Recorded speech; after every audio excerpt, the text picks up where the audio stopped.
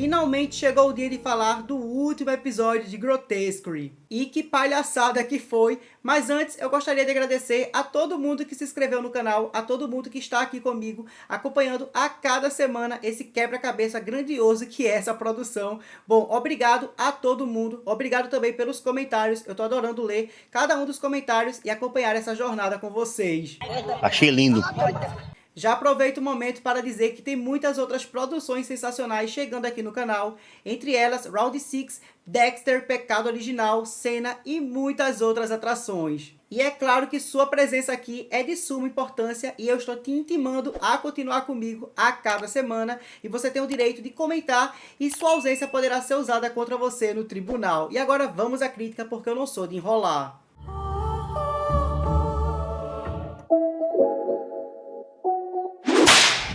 De começo, eu já vou alertando que o vídeo terá muitas spoilers e que eu achei que teria bem mais respostas nesse final, mas bom, voltamos à estaca zero, o que foi uma grande palhaçada. Uma perda de tempo.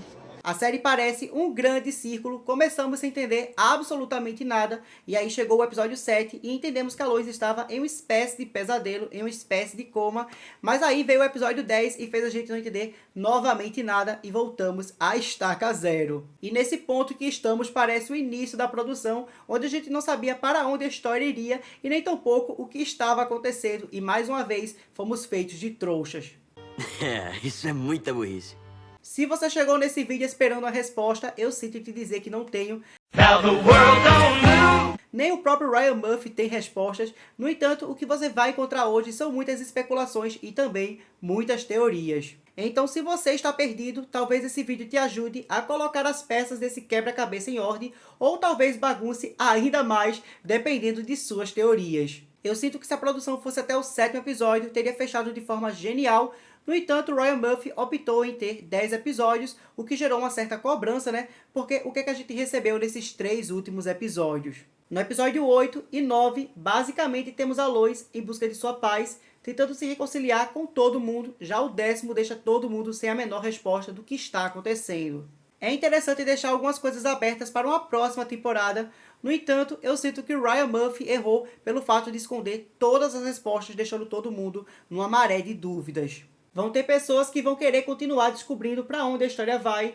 No entanto, infelizmente, terão aqueles que irão abandonar a produção por simplesmente ficarem com preguiça ou por se sentirem enganados. Bem, o episódio abre com a Lois tendo uma conversa com Marshall e também a Red, conversa essa a propósito muito estranha. Na conversa, Marshall sugere que a Lois se mantenha casada com ele e que os três morem juntos, o que é muito sinistro, uma vez que no episódio 9 o Marshall vomitou uma série de coisas e tiveram um término péssimo, então como pode querer reconciliação assim do nada? Seguindo, temos o Marshall sendo acusado de abuso por uma aluna, o que mais tarde leva ele a querer tirar a sua própria vida. Porém, deu tudo errado e seguimos acompanhando o Marshall, e é aí que o Ed entra em cena e leva ele para um grupo de apoio para homens. E se tudo já estava estranho, Ryan Murphy conseguiu piorar as coisas ainda mais. Basicamente, o Clube dos Homens é um grupo de machistas se vitimizando por serem tratados como machistas, meio que uma inversão de papéis na sociedade. Mas o mais estranho disso tudo não é nem a pauta do grupo.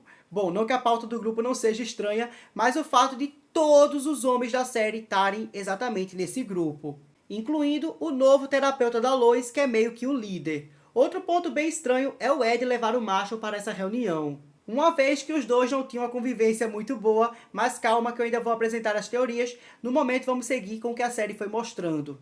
E após longos minutos exaustivos, porque eu queria saber de verdade sobre a Lois, finalmente encontramos ela. A Lois segue desacreditando que está acordada, inclusive ela cita a minha teoria de que ela está em uma espécie de inferno, em um loop. No entanto, seu terapeuta segue afirmando que ela está viva e acordada.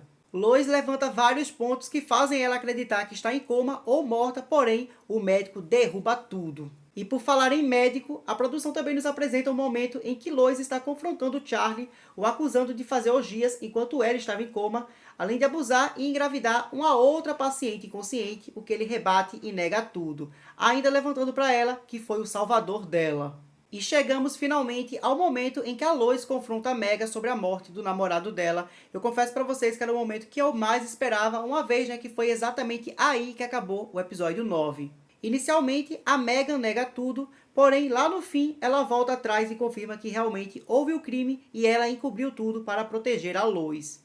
E fechamos o episódio com mais um crime que recria mais um dos pesadelos da Lois. A Lois está novamente em seu ambiente de trabalho, uma vez que a Megan chamou ela novamente para o caso.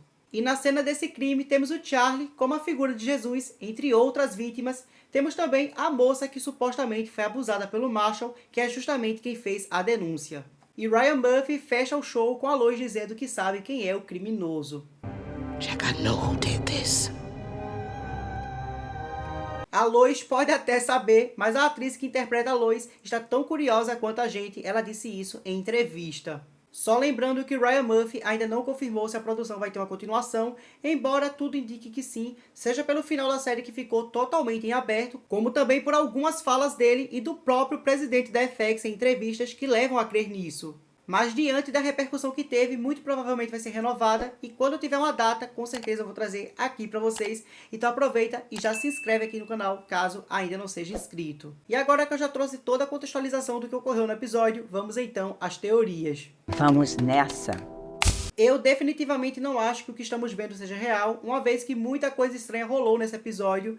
No entanto, eu tenho várias teorias e aí você decide qual teoria você vai comprar ou então você fica juntando uma teoria na outra e vê no que dá. Eu não consegui unir todas as peças desse quebra-cabeça, mas quem sabe você seja capaz. Eu ainda tenho a teoria de que a Lois está dentro de um pesadelo, ou seja, seria um pesadelo dentro de um pesadelo. Ou seja, ela nunca acordou no 7º episódio, mas continua em um pesadelo. Como se fosse uma espécie de inferno, limbo ou purgatório, ou seja, tudo que ela está vivendo não é real e ela ainda está dentro desse pesadelo.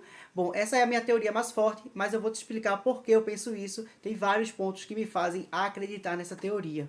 Mas também tem uma outra teoria de que a Lois acordou de fato do coma, mas que ela está imaginando algumas coisas que estão acontecendo como se tivesse em uma espécie de alucinação. Então parte do que a gente está vendo pode ser real e outras partes podem ser apenas na cabeça dela, como se fossem alucinações, como se ela não tivesse conseguido se desprender daquele pesadelo que ela teve durante o coma, E aí ela está meio que trazendo algumas coisas deturpadas no mundo real. Como se fosse uma mistura do subconsciente dela, misturando coisas reais com coisas não reais. Desse modo, por exemplo, a associação do Marshall e Red querendo o triângulo, na cabeça dela se passou bem mais sexual do que realmente foi. Se formos comparar a cena do início com a dela conversando com o médico, vamos ver que ela teve uma visão bem mais deturpada e também bem mais sexual. Assim como na discussão com o Charlie, em que ela o acusa de fazer orgias enquanto estava em coma, ela meio que uniu o pecador de seu pesadelo com o médico apaixonado pela morte. Suas discussões sobre a beleza da morte talvez tenham se refletido em sua mente como orgias para ela. Ela acusa o Charlie de abusar de uma paciente inconsciente e ele desvia a conversa e nega, o que pode indicar ser de fato real, e logo em seguida ele cita coisas que foram argumentadas no Clube dos Homens. É bem complicado porque a série muitas vezes apresenta a perspectiva da Lois e em outros momentos a gente não está vendo a perspectiva dela, uma vez que ela não está naquele momento e aí fica bem complicado. Eu realmente não consegui unir todas as peças desse quebra-cabeça, mas talvez você consiga. Eu cheguei a cogitar nesse episódio que o Marshall também poderia estar em coma, mas achei muito bizarro, então eu acho que essa teoria não é muito forte porque seria 2 pessoas em coma. Eu cheguei a pensar, será que após aquela tentativa o Marshall também veio a ficar em coma? Porém eu achei a teoria muito fraca. É, parece mesmo. Agora eu vou levantar para vocês alguns pontos que para mim são indícios muito fortes de que a Lois está em uma espécie de inferno. Bom, enquanto ela estava conversando com o médico, ele reproduz uma fala que é exatamente igual à mesma da sua filha, naquele momento em que está a Lois e ela montando o quebra-cabeça lá no pesadelo. Piece right in the center, connected to everything else. That's the middle piece. Goes in the center and connects everything. Seria impossível ele reproduzir essa fala exatamente igual, então eu cheguei a pensar, será que esse médico não é uma espécie de capeta? Bom, e vale destacar também que a série frisou em vários momentos que ele sabia de tudo muito bem, e não é porque ele tinha apenas o prontuário da Lois, Uma coisa é ele saber do pesadelo dela, e outra coisa muito diferente é ele reproduzir falas exatamente iguais às do pesadelo. You don't miss a detail, do you? Desde o início tem um quebra-cabeça com a figura com cabeça de bode, o que para muitos representa o mal. Temos a mesma representação no pesadelo quando a Lois fala sobre sua relação com o Marshall, ou no caso do corpo com partes de várias pessoas e cabeça de bode. Será que isso não é uma representação do capeta? Uma outra teoria é que a Lois pode ser um experimento do médico, ou seja, ela está viva e está sendo manipulada por ele como se fosse uma espécie de cobaia. Lembra da teoria que eu falei que o médico pode ter colocado a Lois em coma novamente para poder avaliar o subconsciente dela? Em um momento do episódio, o terapeuta fala: Lois, confia em mim, isso é temporário. Isso seria uma prova? Bom, em todo momento da conversa, ele está com uma cara de sorriso e eu aposto que você também notou isso. Mas voltando à teoria de que ela esteja nesse pós-vida, tivemos vários outros momentos que também me levaram a acreditar nisso, sem contar, que a palavra pesadelo é muito ressaltada durante todo o episódio, e tivemos vários questionamentos se tudo que estava acontecendo era real ou se não era real. Don't tell me I am still in a coma. And I'm Kind of a bad dream. That it feels like we're living in a goddamn horror movie. I think I'm dead. Join us as we seek a way out of this nightmare. It is a hell of your own making in which you burn yourself and everyone else who you come into contact with.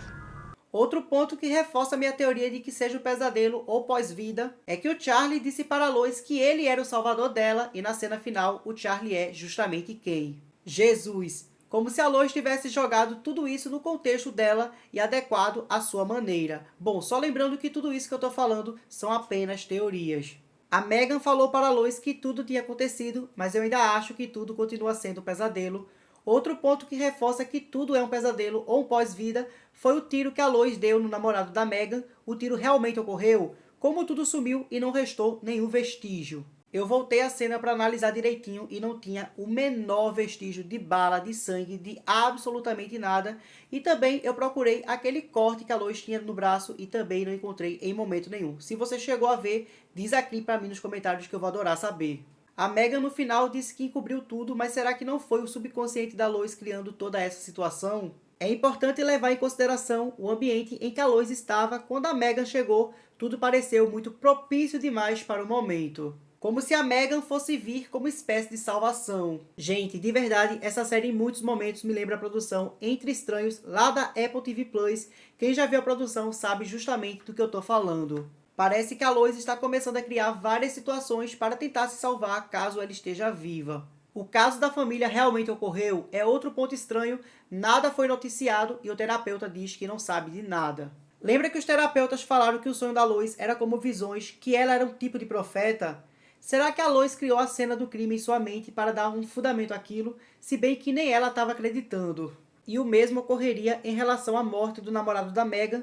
Meio que uma escapatória, ela não conseguiu salvar a Andrea, mas salvou a Megan.